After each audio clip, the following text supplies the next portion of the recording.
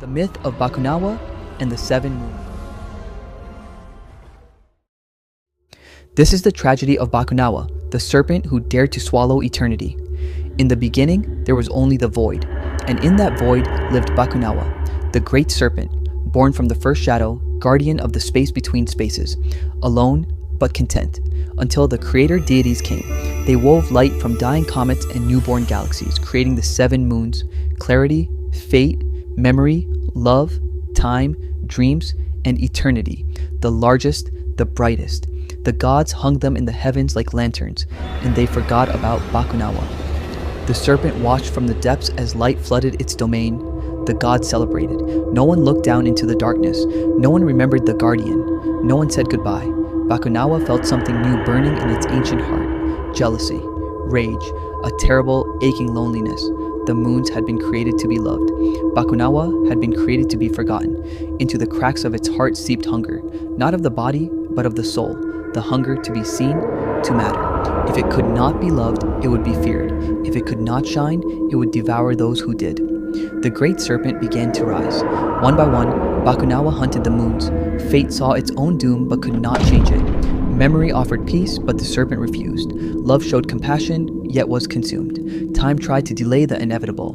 Dreams scattered across realities, but was caught. 6 moons devoured, 6 lights extinguished. Only eternity remained. When Bakunawa rose for the final hunt, eternity did not flee.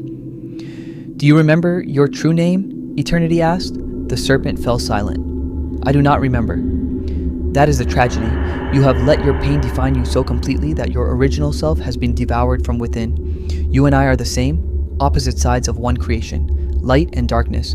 We were meant to balance each other. The gods made a mistake separating us. What do I do now? You consume me.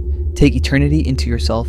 We will merge. We will become what we were always meant to be, the perfect balance." Bakunawa's jaws opened. "I'm sorry," the serpent whispered. "I know," eternity said. "I forgive you."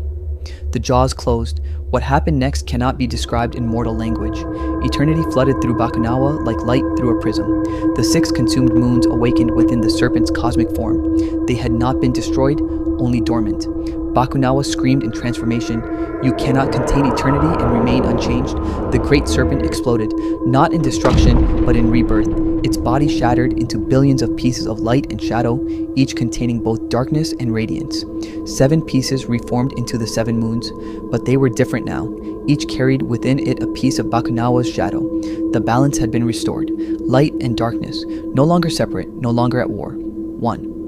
On the world below, people saw the moons return, but the wise noticed something different.